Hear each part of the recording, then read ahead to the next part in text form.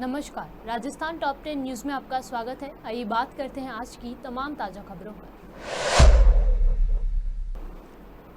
राजस्थान के पूर्व मुख्यमंत्री कमला बेनीवाल के निधन पर इस वक्त प्रदेश की राजनीति में शोक की लहर छाई हुई है। पूर्व मुख्यमंत्री कमला बेनीवाल को इस समय सभी नेताओं ने भावभीनी श्रद्धांजलि दी। इसी कड़ी में गुरुवार को राजस्थान के सीएम भजनलाल शर्मा ने भी पूर्व मुख्यमंत्री कमला बेनीवाल को उनके आवास पर जाकर श्रद्धांजलि दी, साथ ही शोकाकुल परिवार को ढांढस बंधाया।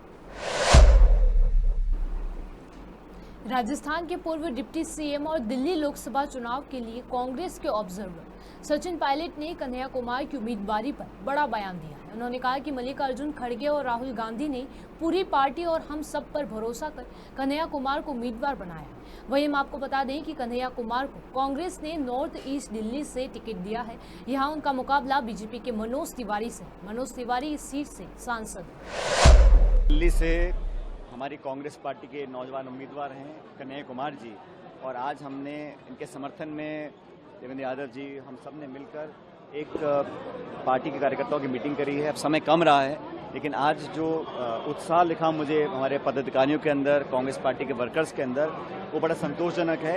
अगले 9-10 दिन तक लगातार हमारी पार्टी के लोग मेहनत कर रहे हैं और मुझे कहने में कुछ संकोच नहीं है कि इस सीट पर, इसके अलावा बाकी जो 6 सीटें हैं, लगातार हमारे उम्मीदवार गठबंधन के आगे बढ़ रहे हैं। लेकिन यहाँ पर भारी बहुमत के साथ कन्हैया जी चुनाव जीतेंगे, ऐसा मैं मानता हूँ कि प्रत्येक नौजवान, हर वर्ग, हर मजहब के लोग आज कांग्रेस की तरफ देख रहे हैं और हम पार्टी ने बड़ा सोच समझकर इनको उम्मीदवार बनाया है। उसका लाभ हमारी पार्टी को मिलेगा, गठबंधन को मिलेगा, और जो देश में परिवर्तन की धीमी धीमी हवा चल रही है वो गति पकड़ती जा रही है।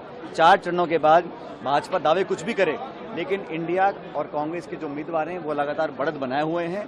भाजपा पिछड़ रही है, इसीलिए उनके वक्तव्य जो हैं अब अलग अलग तरह के आ रहे हैं। पहले 300-400 के पार की बात करते थे, अब वो कांग्रेस को, कांग्रेस के इतिहास को, हमारे मैनिफेस्टो को बार बार टारगेट कर रहे हैं। तो कुछ ना कुछ घबराहट का एहसास उनके जहन में है, लेकिन जनता हमारे साथ है और बहुमत के साथ हम लोग यहाँ चुनाव जीतेंगे।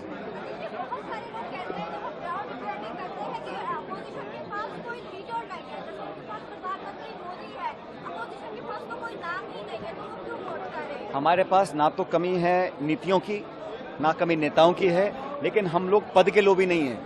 आज से हम लोग पद की चर्चा करें वो सही नहीं है। ये संसदीय प्रणाली है।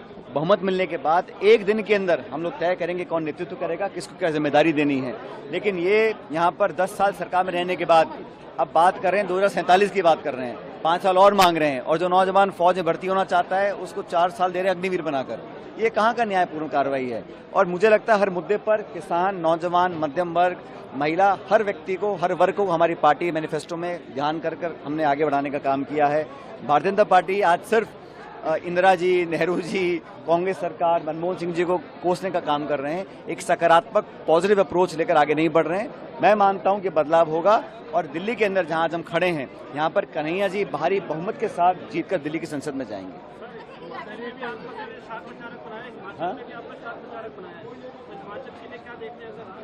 जहां जहां पार्टी हमें जिम्मेदारी दे रही है, मैं जाके पार्टी के लिए कैंपेन कर रहा हूं, और जिस राज्य में जा रहा हूं, चाहे वो केरल हो, आंध्रा हो, हरियाणा हो, पंजाब, उत्तराखंड, जहां पर भी हम लोग गए हैं, वहां पे हमें कांग्रेस के प्रति लोगों का झुकाव बढ़ रहा है। दुनिया बदलाव चाह रही है। 10 साल का लंबा समय हो जाने के बावजूद भी मुझे लगता नहीं कि आज जनता के मन में वो भावना है जो पहले थी। भाजपा के प्रति उम्मीदें टूट गई हैं, लोग निराश हो गए हैं, नौजवान उदासीन है, एक फार्मर्स डिस्ट्रेस चल रहा है, महंगाई आसमान छू रही है, लोग बदलाव चाह रहे हैं। और कांग्रेस वो दल है जो देश भर में एक वैकल्पिक व्यवस्था को अंजाम दे सकता है। इसलिए मैं बड़ी विनम्रता से कह रहा हूं कि हमारा संख्या बल बढ़ेगा और 4 जून को इंडिया गठबंधन की सरकार बनेगी। सर, आम आदमी की पार्टी के कैंडिडेट आपकी आम आदमी पार्टी के जो कैंडिडेट्स हैं वो आपकी सभा डिमांड कर रहे हैं, हम सब मिलकर काम करेंगे। राजस्थान के हनुमानगढ़ में हैरान कर देने वाला मामला सामने आया है। यहाँ बाल सुधार गृह से 4 बार अपचारी फरार हो गए। इन सभी ने पहले पीने को पानी मांगा। जब सुरक्षा कर्मी ने गेट खोला तो उसकी आंखों में मिर्ची पाउडर झोंककर मौके से भाग गए। ये सभी बाल अपचारी चोरी व अन्य संगीन मामलों में बंद थे।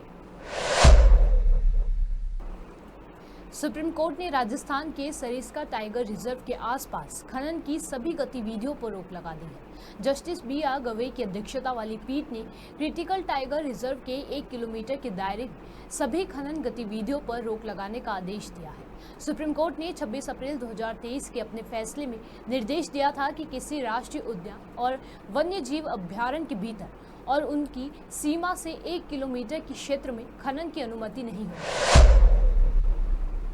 राजस्थान में फर्जी एनओसी के जरिए हुए सैकड़ों ऑर्गन ट्रांसप्लांट मामले में राज्य सरकार ने बड़ी कार्यवाही की है। पिछले दिनों सरकार की ओर से इस मामले की जांच के लिए एक उच्च स्तरीय कमेटी का गठन किया गया था। कमेटी ने अपनी जांच रिपोर्ट सरकार को सौंप दी है। इस रिपोर्ट के बाद राज्य सरकार ने सवाई मानसिंह अस्पताल के अतिरिक्त डॉक्टर अधीक्षक डॉक्टर राजेंद्र बागड़ी को पद से सस्पेंड कर दिया है। साथ ही एसएमएस अस्पताल के पूर्व अधीक्षक डॉक्टर अचल शर्मा, अतिरिक्त अधीक्षक डॉक्टर राजेंद्र बागड़ी और एसएमएस मेडिकल कॉलेज के पूर्व प्रिंसिपल डॉक्टर राजीव बडहट्टा को 16 CCA का नोटिस जारी किया। राजस्थान के खेतड़ी में स्थित हिंदुस्तान कॉपर लिमिटेड की खदान में हुए हादसे के मामले में एफआईआर दर्ज कर ली गई है। साथ ही इस हादसे की जांच की एक कमेटी का गठन भी कर दिया गया है। कमेटी को 7 दिनों पहले रिपोर्ट देने का निर्देश दिया गया। इस जांच कमेटी का गठन director of mining safety Ajmer region और से किया गया। कमेटी हादसे के कारणों की जांच कर प्रारंभिक रिपोर्ट 7 दिनों में सौंपेगी। दूसरी ओर इस मामले में मुख्य प्रबंधक मानव संस्थान हरिचरण ने एफआईआर भी दर्ज कराई। मशीनरी फेलियर और लापरवाही से हादसे की धाराओं पर मामला दर्ज कराया गया है। भू अभिलेख निरीक्षक 25,000 की रिश्वत लेते रंगे हाथों गिरफ्तार। एसीबी के महानिदेशक रवि प्रकाश महारड़ा ने बताया कि एसीबी की डूंगरपुर इकाई को शिकायत मिली थी कि बीलड़ी का भी भू अभिलेख निरीक्षक दिनेश पंचाल नामांतरण खोलने की एवज में 50,000 रुपए की रिश्वत मांग रहा है।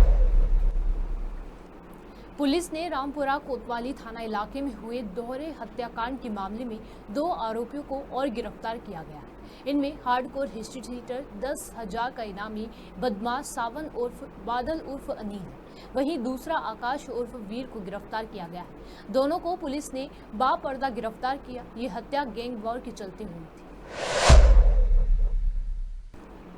भीलवाड़ा शहर के कोतवाली थाना क्षेत्र में लूट का प्रयास करने का मामला सामने आया है, जहां एक सराफा व्यापारी के साथ बदमाशों ने आंखों में मिर्ची डालकर लूट की वारदात को अंजाम देने का प्रयास किया, लेकिन समय रहते सराफा व्यापारी अपनी जान बचाकर मौके से फरार हो गया, जिसके चलते लूट की ये वारदात फेल हो गई। वहीं बदमाश व्यापारी की स्कूटी लेकर मौके से फरार हो गए। सूचना मिलने के बाद कोतवाली थाना पुलिस मौके पर पहुंची और मामले की जांच।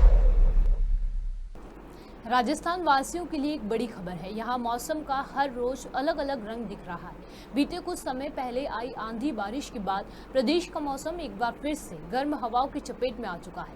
बीते 2 से 3 दिन गर्मी का पारा चढ़ना शुरू हो गया है। उत्तरी और पश्चिमी राजस्थान में तापमान बेहद तेजी से ऊपर की ओर चल रहा है।